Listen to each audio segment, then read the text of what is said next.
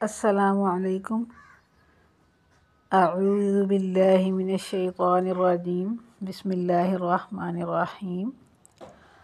آج ہم پڑھیں گے ز، و اور ضاد کی صفات کے بارے میں۔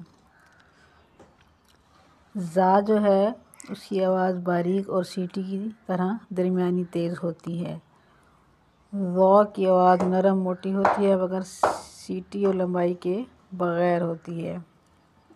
ضاد کی آواز بہت موٹی، کچھ نرم اور مخرج میں طویل ہوتی ہے۔ یہ خاص حرف ادا کرتے وقت طویل مخرج میں زبان کی کروٹ اوپر کی 5 داڑھوں کی جڑوں میں آخری داڑھ سے آگے کی طرف کچھ نرمی سے ترتیب وار لگتی ہے۔